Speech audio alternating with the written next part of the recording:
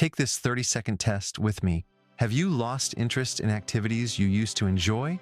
Do small tasks feel overwhelming? Is your sleep either too much or not enough?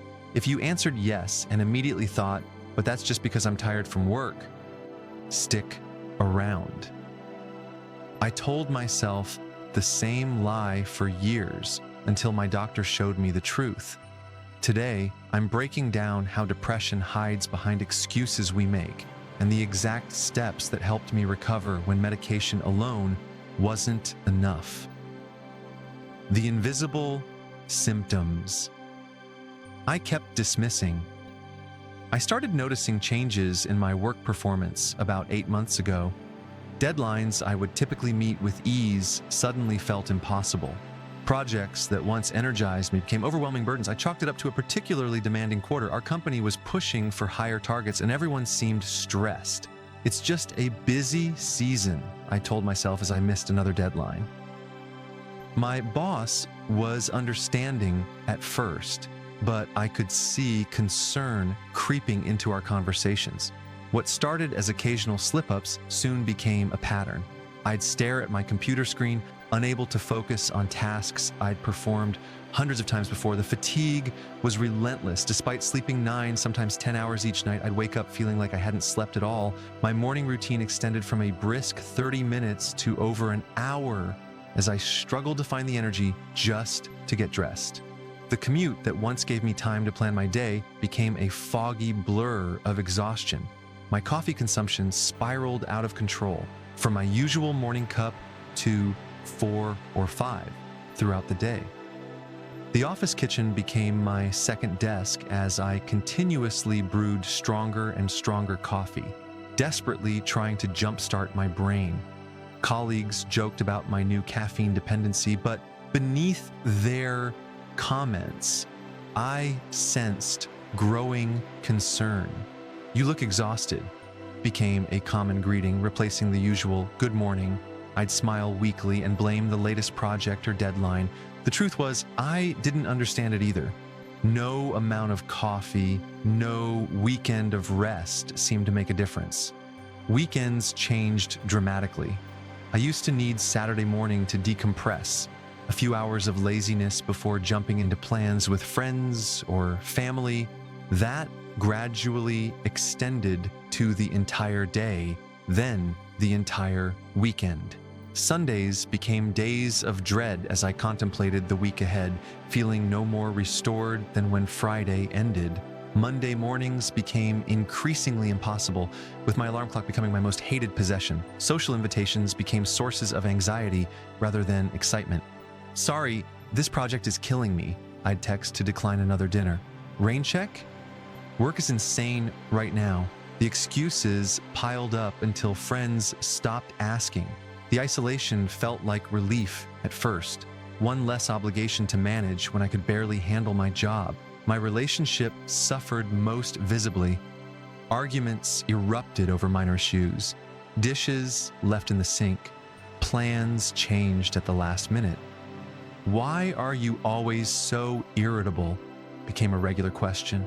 I couldn't explain why small frustrations triggered disproportionate anger. Conversations became impossible to maintain as my mind constantly wandered or simply went blank mid-sentence. The emotional connection we'd built over years seemed to dissolve as I became increasingly unavailable, both physically and emotionally. Then came the physical symptoms. Headaches that started at my desk followed me home and greeted me in the morning. My stomach rebelled against normal meals, leading to constant discomfort.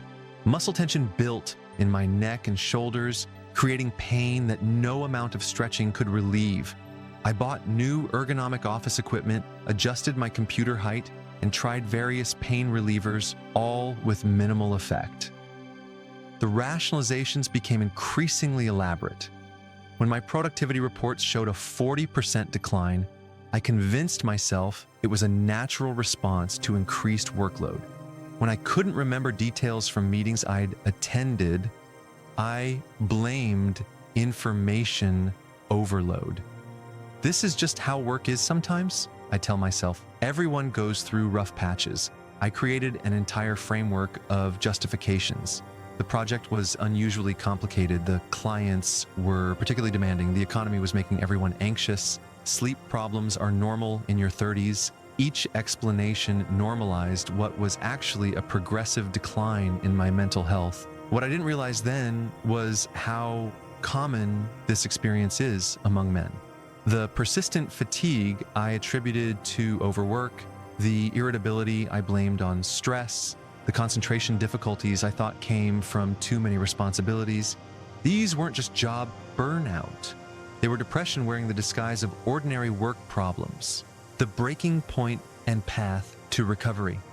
While I'd become an expert at explaining away my symptoms, my body was about to stage an intervention that no amount of coffee or weekend rest could prevent. The disguise of just being tired collapsed during a quarterly review meeting with our entire department.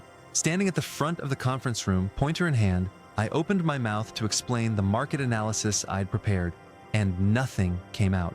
30 seconds of excruciating silence followed as I stared at my slides, unable to recall information I'd reviewed just minutes earlier. My mind had simply shut down. The room's awkward silence was finally broken when my boss gently suggested I might need to take a day or two. That one day turned into a full week when I found myself unable to leave my apartment.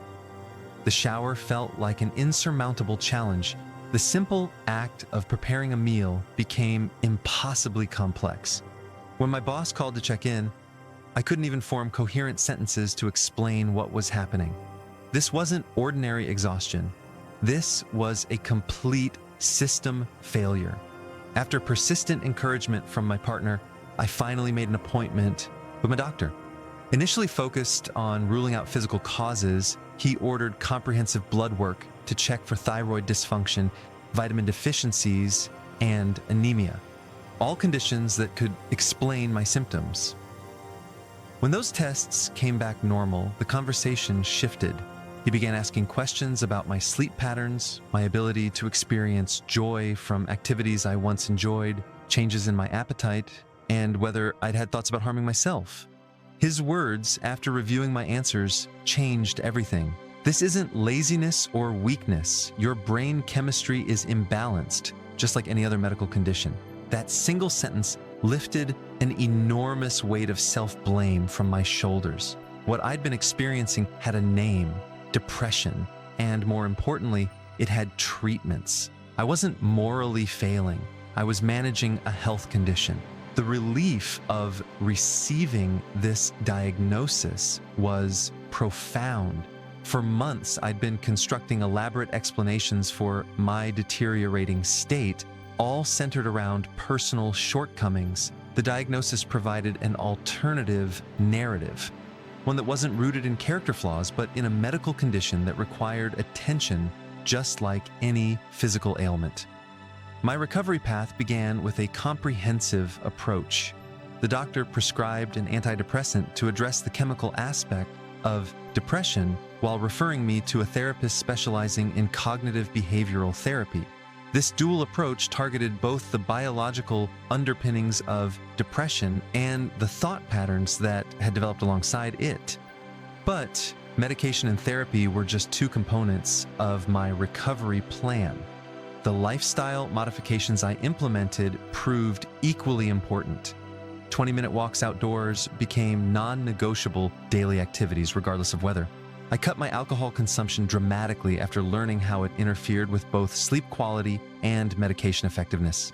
Establishing a rigid sleep schedule, same bedtime, same wake time, weekdays and weekends, was challenging at first, but created stability that my brain desperately needed. These changes yielded improvements that accumulated over time. The daily walks brought benefits beyond just physical activity. The natural sunlight exposure helped regulate my circadian rhythm, while the simple act of moving outdoors lifted my mood in ways I couldn't have predicted. Learning to set boundaries and say no to unnecessary commitments preserved my energy for genuine recovery. Perhaps most importantly, I broke my silence. After months of pretending everything was fine, I finally disclosed my condition to close friends and family. Their support created a safety net that sustained me through the most difficult days of recovery. As one friend reminded me, depression thrives in isolation. Maintaining contact with others, even when it felt difficult, became an essential part of getting better. The transformation in my self-perception may have been the most powerful outcome of accepting my diagnosis. I shifted from viewing myself as someone failing at basic life responsibilities to someone actively managing a health condition. This perspective granted me agency in my recovery journey. Rather than berating myself for not trying harder, I recognized the courage it took to acknowledge my condition and seek appropriate treatment. What surprised me most was discovering that addressing depression didn't just return me to my baseline functioning, it actually built new mental resilience. The therapy skills I developed became tools not just for managing depression, but for handling life's inevitable challenges with greater equanimity. My work performance eventually improved beyond my pre-depression levels, not because I was working more hours, but because I was working with a healthier, more resilient mind. Looking back at my journey, I've learned that depression wears many masks, sometimes disguising itself as simple fatigue or burnout. The most important truth I discovered is that depression is a treatable health condition, with recovery paths just as legitimate as those for diabetes or cancer. If you've connected with any part of my story, please remember that reaching for help isn't admitting defeat. It's taking control of your well-being.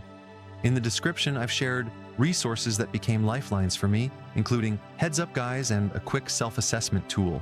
5 minutes today could change everything tomorrow. Your strength isn't measured by suffering in silence. Want more real talk? Subscribe to our channel. Every week, we drop videos to bust taboos and build a space where men can be real. Like, share this with someone who needs it, and let's keep this going. Together, we're unstoppable.